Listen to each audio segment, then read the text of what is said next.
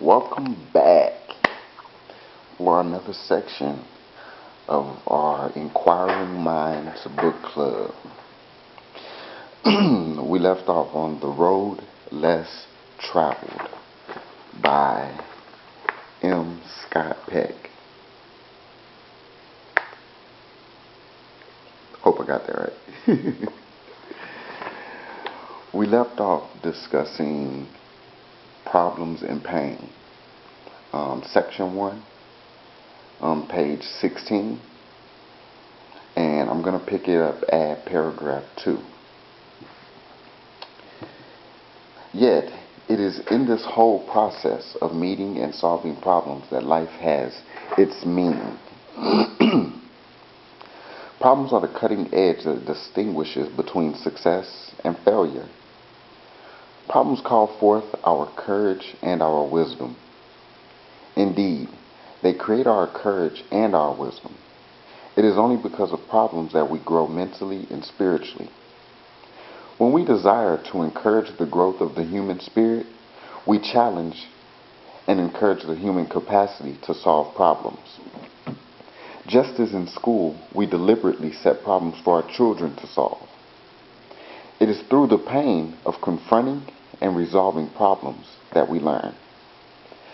As Benjamin Franklin said, those things that hurt instruct. It is for this reason that wise people learn not to dread, but actually to welcome problems, and actually to welcome the pain of problems. Most of us are not so wise, fearing the pain involved. Almost all of us, to a greater or lesser degree, attempt to avoid problems. We procrastinate, hoping that will go away. We procrastinate, hoping that they will go away. We ignore them, forget them, pretend they do not exist.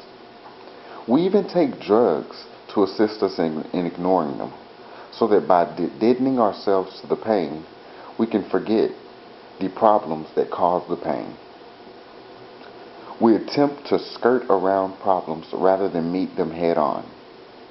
We attempt to get out of them rather than suffer through them. This tendency to avoid problems and the emotional suffering inherent in them is the primary basis of all human mental illness. Since most of us have the tendency to a greater or lesser degree, most of us are mentally ill to a greater or lesser degree, lacking complete mental health. Some of us will go quite extraordinary lengths to avoid our problems and the suffering they cause, proceeding far afield from all that is clearly good and sensible in order to try to find an easy way out, building the most elaborate fantasies in which to live, sometimes the total exclusion of reality. In the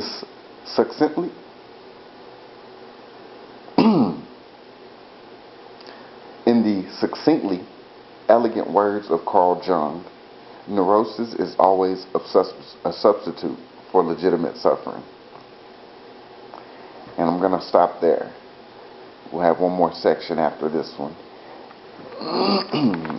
And once again, I'm just looking for some feedback from you all.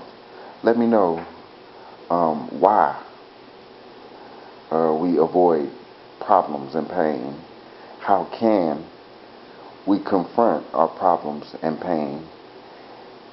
And how do we keep our problems and pain from dictating our futures? Thank you.